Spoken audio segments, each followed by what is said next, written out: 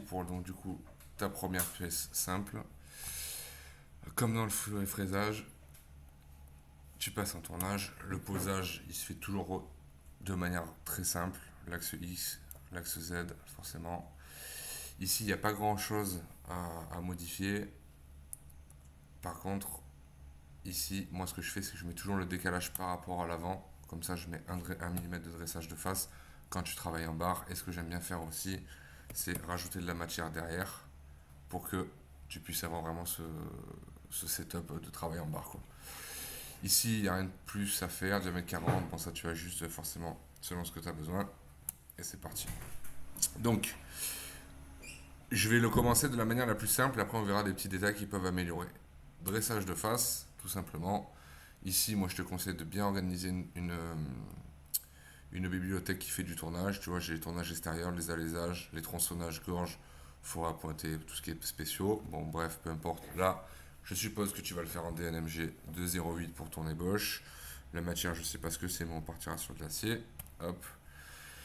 En dressage de face, j'ai toujours tendance à réduire un peu quand même. Et ici, le dressage de face va toujours prendre la face de référence. Donc ça, t'es pas emmerdé. La seule chose que tu peux faire, que tu dois faire souvent, c'est rajouter la surépaisseur sur la face. Il n'y a pas d'autre particularité à ce niveau-là. Tu peux valider. Un truc qui peut être intéressant, que j'aime bien faire moi quand c'est des grosses barres ou des gros diamètres où tu travailles un peu dans des conditions qui sont pas optimales, c'est réduire l'avance quand il arrive au centre. En fait, il va commencer à ralentir quand il arrive au centre, là où souvent tu casses le téton. Bon, là pour le coup, c'est peut-être pas forcément la peine, mais tu sais que tu peux le faire. Voilà, dressage de face. Ensuite, allez, de la manière la plus simple, on va dire que tu fais l'ébauche derrière. Donc là, ébauche de profil de tournage. Les conditions de coupe, on s'en fout. Je vais juste repartir sur un truc habituel. Et là, la géométrie de travail, donc c'est la longueur où tu vas lui permettre de travailler.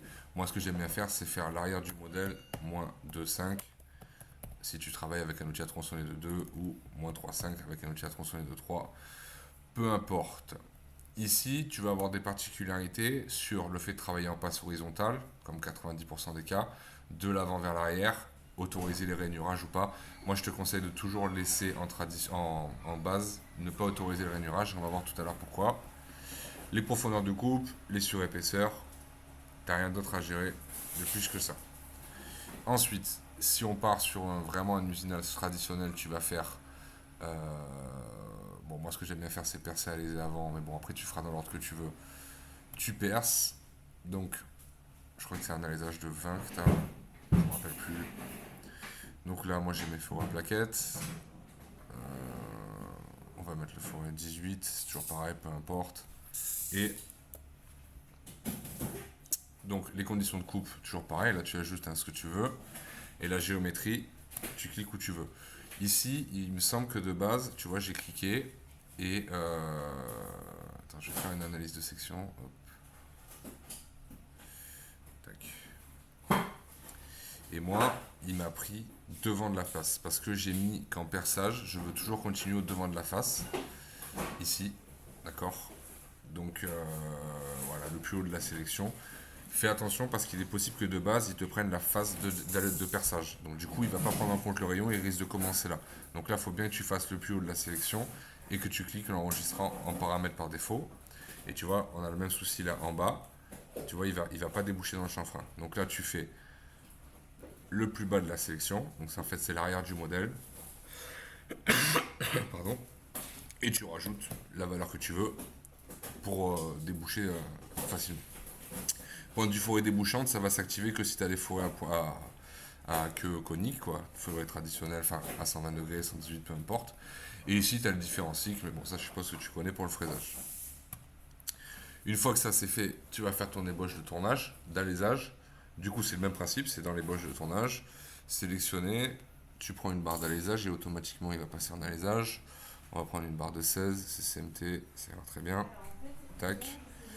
Et du coup, pareil, ici tu vas lui donner les contraintes de géométrie, dont la longueur où tu veux utiliser l'outil maximum. Donc là on va aller sur moins 3,5 derrière le modèle pour avoir le dégagement de l'outil à tronçonner, ou moins, peu importe. Et là, c'est là où c'est important, c'est les rayons, donc les positions, parce que là si tu fais OK, tu vas te rendre compte que le coquin, il va partir en fait de zéro. Donc là, ça va faire du bruit.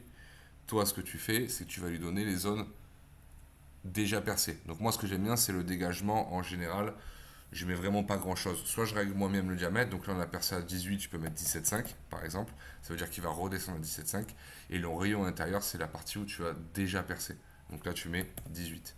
Donc du coup, ton outil, il descendra pas plus bas. J'espère que le 16 il passe d'ailleurs. Oui, normalement. Il ne descendra pas plus bas et tu n'auras pas d'interférence, tu vois. C'est ici que tu vas régler en fait la zone de recul. Tac, tac, c'est fini. À ça, on va utiliser un truc. Par exemple, tu peux créer, plutôt que refaire une finition, créer une opération dérivée, finition de profil. Et là, il va reprendre les contraintes que tu lui as données en termes de hauteur, longueur, enfin profondeur, tout ça. Et il va te créer une finition. Donc là, je pense que voilà, plus vite, tu peux pas aller. Et du coup, de la même manière, tu peux aussi faire ta finition de profil ici. Créer une opération dérivée, finition de profil. Là, par contre, on va utiliser un VBMT. Enfin, bon, moi, c'est ce que je ferai. Après, tu fais ce que tu veux. Un VBMT 1.04, acier, peu importe, tac. Et donc là, tu vois, en gros, peu importe, si tu veux faire ta finition avant, tu peux la rapprocher, tu peux, voilà, il y a pas de règle, hein. Moi, j'aime bien percer avant, si surtout si tu as une cote précise, ça te permet de finir ton alésage vraiment nickel. Et là, du coup, je vais te montrer un deuxième petit tips qui te permet, parce que là, on a ébauché la face, mais on l'a pas fini.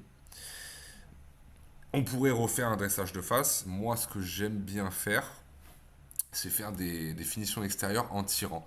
Mais en tirant, il faut faire attention à quelques paramètres.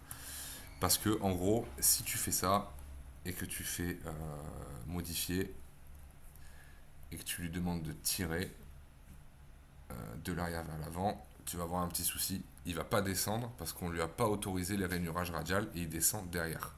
Donc là, c'est pas top. On va repasser sur le traditionnel. Hop, de l'avant vers l'arrière. Et tu sais quoi? Je vais te faire un programme tout simple.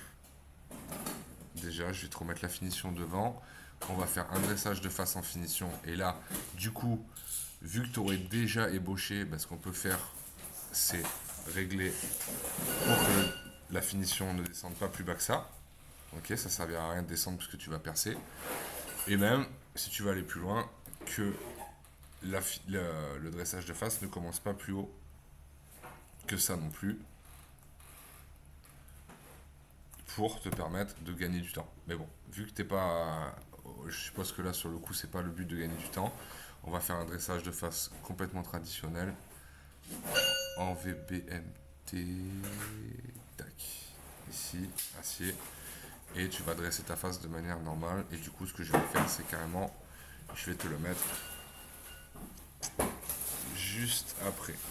Donc tu feras face, finition, ébauche, finition. Là, je te fais vraiment, j'optimise rien. Et après, on va optimiser le forêt, l'alésage, la finition de l'alésage et le tronçonnage. Donc le tronçonnage, il y a une unité qui est faite pour. Je te conseille de l'utiliser, même si tu peux utiliser des rainures, tout ça. Tu vas dans tes outils à tronçonner. On va prendre la largeur 3, si j'en ai un, ouais, largeur 3, acier, hop.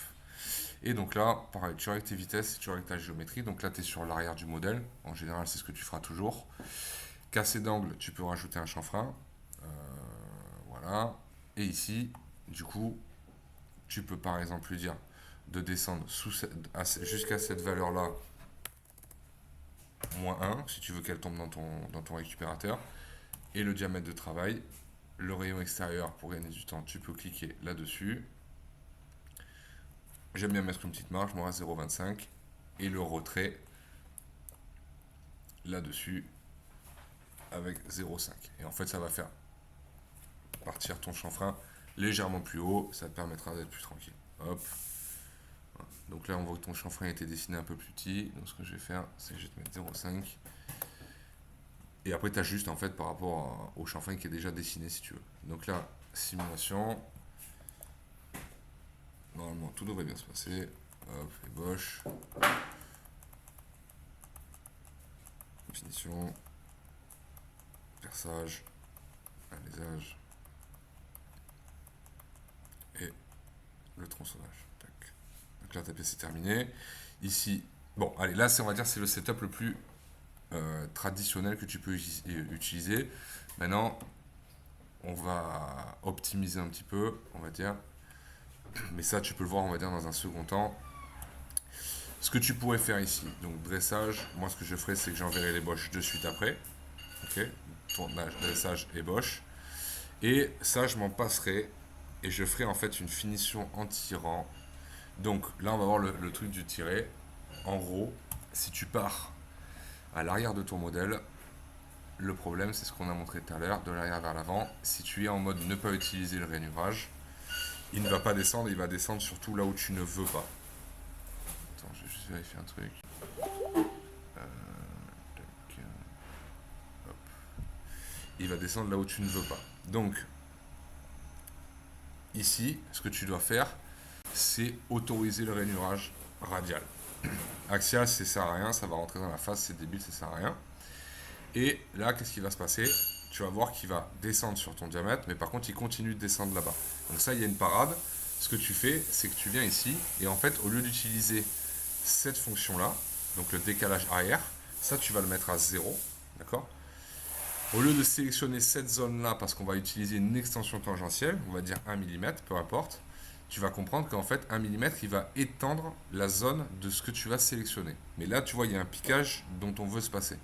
Donc toi, en fait, l'extension tangentielle là, que tu veux utiliser, elle se situe au niveau de ce diamètre-là, pas de cette pente-là. Donc si tu mets une extension tangentielle ici à 3 mm, peu importe, il va tirer droit ici, il va t'éviter de piquer. Il va te faire ton profil, et là, du coup, ce qu'on peut faire même, c'est du coup, pour se passer d'une unité de dressage de face, on va décaler légèrement ça. Et merde, je fais une connerie. Je te resélectionne ça. On va décaler légèrement la zone de travail à l'avant. Et ça va lui permettre de descendre. Là, pareil, on peut optimiser. Tu as déjà dressé un ébauche, tu vas percer de toute manière, ça sert à rien de descendre jusqu'au centre. Donc tu peux contraindre la zone de travail en utilisant cette sélection-là. Tu peux mettre une petite marche si tu veux être tranquille, moins 1. Et là, du coup, il va tirer, tac, tac, tac, et finir là. Et là, tu as quelque chose de nickel. Le forêt, il n'y a pas grand-chose à optimiser. L'alésage non plus. La finition non plus. Et le tronçonnage, c'était encore bon. Je vais juste rajouter là, ça a l'air. Il a l'air de rester un peu, mais bon là tu vois, peu importe. Tu viens et tu viens gérer la valeur de ton chanfrein pour que ça colle, voilà, 0,7. Et si tu veux utiliser ton récupérateur de pièces, ici ça va se faire. Je te montrerai comment le régler. Pour le moment je ne l'active pas. Voilà. Donc là tu as vraiment, pour moi, la meilleure manière, on va dire, de faire cette pièce en mode safe et en même temps rapide. Je parle pas de vitesse, hein, je parle vraiment de stratégie d'usinage. Tac, tac, tac. Et tronçonnage. Donc là vraiment, tu as la base pour cette pièce-là.